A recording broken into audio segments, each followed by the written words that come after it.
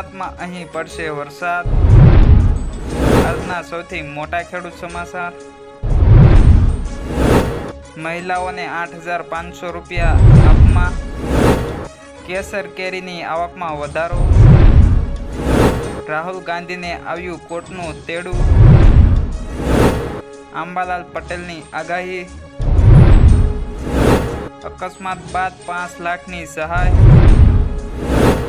આધાર કાર્ડની ફ્રી સેવાની તારીખ લંબાઈ। અમિત શાહ અંગે મોટા સમાચાર। લોન સસ્તી થશે, આરબીઆઈની બેઠક શરૂ। 9 જૂને મોદીની બેઠક। તો મિત્રો, આ બધા સમાચારની આપણે વિગતે માહિતી મેળવી તે પહેલાં જે મિત્રો આપણી ચેનલ ઉપર નવા છે તે મિત્રો ફટાફટ આપણી ચેનલને લાઇક અને સબસ્ક્રાઈબ કરી લેવું, જેથી રોજે રોજના અપડેટ સૌ પ્રથમ આપણા સુધી પહોંચી શકે। આજે ગુજરાતમાં અહીં પડશે વરસાદ।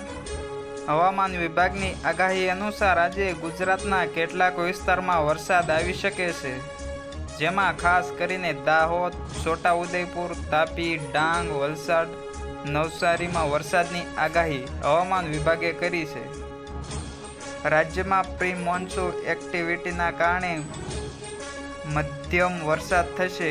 9 જૂને દાહોદ, છોટાઉદેપુર, વલસાડ, તાપી, નર્મદા અને 10 જૂને ગીર સોમનાથ, અમરેલી, ભાવનગર, આણંદ, પંચમહાલમાં વરસાદની આગાહી કરવામાં આવી છે। 10 જૂનથી 11 જૂને રાજ્યના અનેક જિલ્લામાં વરસાદ થશે।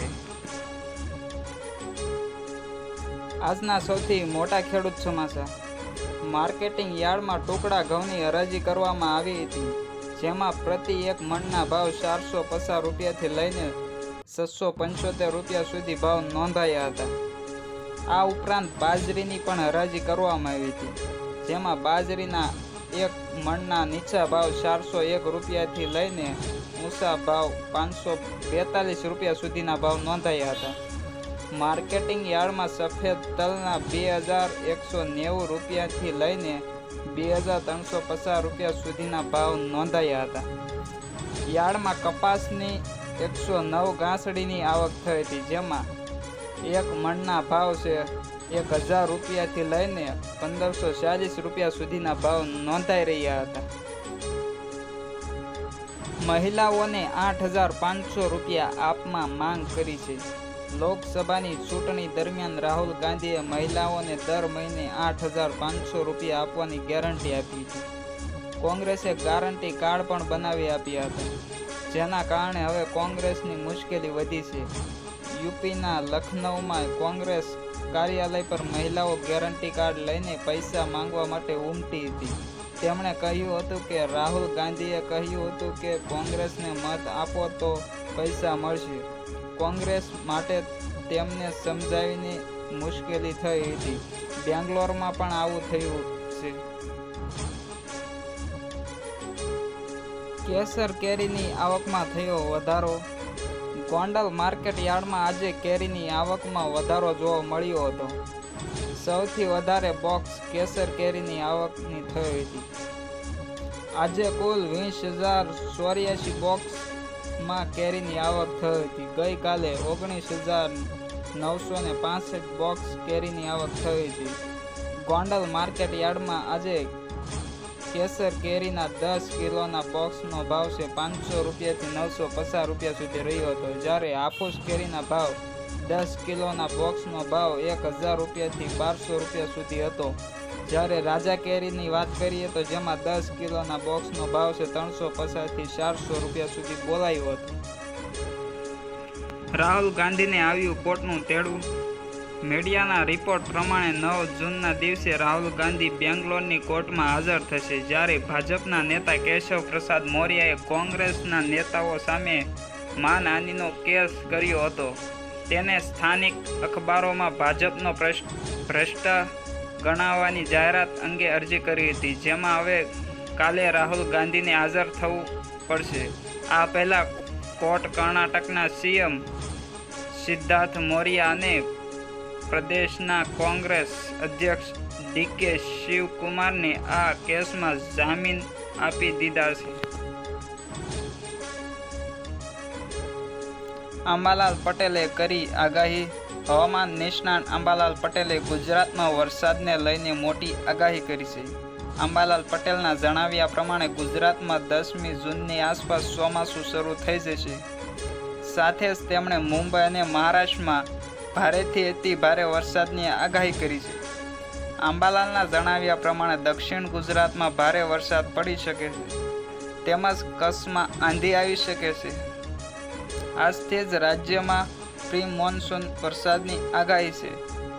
ચોમાસામાં એક સપ્તાહ પહેલા રાજ્યમાં વરસાદની આગાહી છે, એટલે કે આજથી ગુજરાતના વાતાવરણમાં મોટો પલટો આવશે. આજથી જ ગુજરાતમાં વરસાદ આવી જશે અને પ્રી મોન્સૂનના વરસાદ બાદ ચોમાસાનું આગમન થઈ જશે. રાજ્યમાં આજથી 11 જૂન સુધી વરસાદની હવામાન વિભાગે આગાહી કરી છે. અકસ્માત બાદ 5 લાખ રૂપિયાની સહાય. માર્ગમાં અકસ્માતમાં ઘાયલ થયેલા લોકોને સમયસર સારવાર આપવા માટે કેન્દ્ર સરકાર નવી યોજનાના લાભ લાવશે. માર્ગ પર અકસ્માતનો ભોગ બનેલાઓને 5 લાખ સુધીની મફત તબીબી સારવાર આપવામાં આવશે. આ અંગે ચંદીગઢમાં એક પાયલોટ પ્રોજેક્ટ પણ શરૂ કરવામાં આવ્યો છે. કેન્દ્ર સરકારે કહ્યું છે કે પાયલોટ પ્રોજેક્ટના પરિણામના આધારે આ યોજના સમગ્ર દેશમાં લાગુ કરવામાં આવશે. અકસ્માતના દિવસથી 7 દિવસ સુધી મફત સારવાર આપવામાં આવશે. આધાર કાર્ડની ફ્રી સેવાઓની તારીખ લંબાવવામાં આવી છે. આધાર કાર્ડ અપડેટ કરવાનું બાકી હોય કે રહી ગયું હોય તો તમારા માટે ફરી એક નવી તક છે. UIDAI એ સુધારાથી માફી કરી છે. હવે તમે 14મી જૂન સુધી ફ્રીમાં આધાર કાર્ડની વિગતો અપડેટ કરાવી શકો છો. તમારે 50 રૂપિયાની ફી ચૂકવવી પડશે નહીં. આ સમયગાળા દરમિયાન નાગરિકોને કોઈ પણ વધારાના શુલ્ક વિના તેનો ફોટો, ઉંમર, સરનામું, જન્મ તારીખ, લિંગ, મોબાઈલ નંબર અને ઈમેલ જેવી માહિતીઓ પણ અપડેટ કરી શકાશે.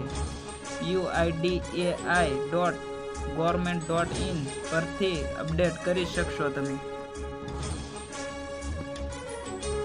અમિત શાહ અંગે મોટા સમાચાર. ભાજપે નીતિશ અને ચંદ્રબાબુને મંત્રાલય આપવા પડે તો ગુજરાતના મંત્રીઓની સંખ્યા ઘટશે. ત્યારે હવે સૂત્રો પાસેથી એવી જાણકારી મળી છે કે અમિત શાહને ફરી વખત સંગઠનની જવાબદારી સોંપવામાં આવી શકે છે. આ ચૂંટણીમાં ભાજપનું પ્રદર્શન ખરાબ રહ્યું છે, એટલે કે ભાજપ ફરી તેમને ચાણક્યની ભૂમિકા સોંપી શકે છે. આ સિવાય ગૃહમંત્રીને બદલે હવે સહકાર અથવા સંરક્ષણ મંત્રાલય આપવામાં આવે તેવી સંભાવનાના આધારે સૂત્રોએ માહિતી વ્યક્ત કરી છે. લોન સસ્તી થશે, આરબીઆઈની બેઠકો શરૂ. લોકસભાના પરિણામો બાદ આજથી આરબીઆઈની મોનેટરી પોલિસી બેઠક શરૂ થઈ ગઈ છે. આમાં રેપો રેટ એટલે કે લોનના વ્યાજ દરો પર નિર્ણય લેવાનો રહેશે. આ વર્ષે મે મહિનાના ફુગાવામાં આંકડામાં ઘટાડો જોવા મળી રહ્યો છે. આ સિવાય યુરોપિયન સેન્ટ્રલ બેન્કે પણ વ્યાજ દરમાં ઘટાડો કરવાની જાહેરાત કરી છે. હવે એવી અપેક્ષા રાખવામાં આવે છે કે ફેડની બેઠકમાં વ્યાજ દરમાં કાપની જાહેરાત કરવામાં આવી શકે છે. આ પછી આરબીઆઈ વ્યાજના દરોમાં પણ ઘટાડો કરી શકે છે. પીએમ મોદી 9 જૂને સાંજે 6 કલાકે લઈ શકે છે શપથ. એનડીએના સંસદીય દળની બેઠક હવેથી સાંસદના સેન્ટ્રલ હોલમાં શરૂ થવા જઈ રહી છે. આ બેઠકમાં નરેન્દ્ર મોદીને સંસદીય દળના નેતા તરીકે પસંદગી કરવામાં આવી છે. આ પછી મોદી સરકાર બનવાનો દાવો કરી શકે છે. આ દરમિયાન સૂત્રો પાસેથી સમાચાર મળી રહ્યા છે કે 9મી જૂને સાંજે 6 કલાકે નરેન્દ્ર મોદી ત્રીજી વખત દેશના વડાપ્રધાન તરીકે શપથ લેશે.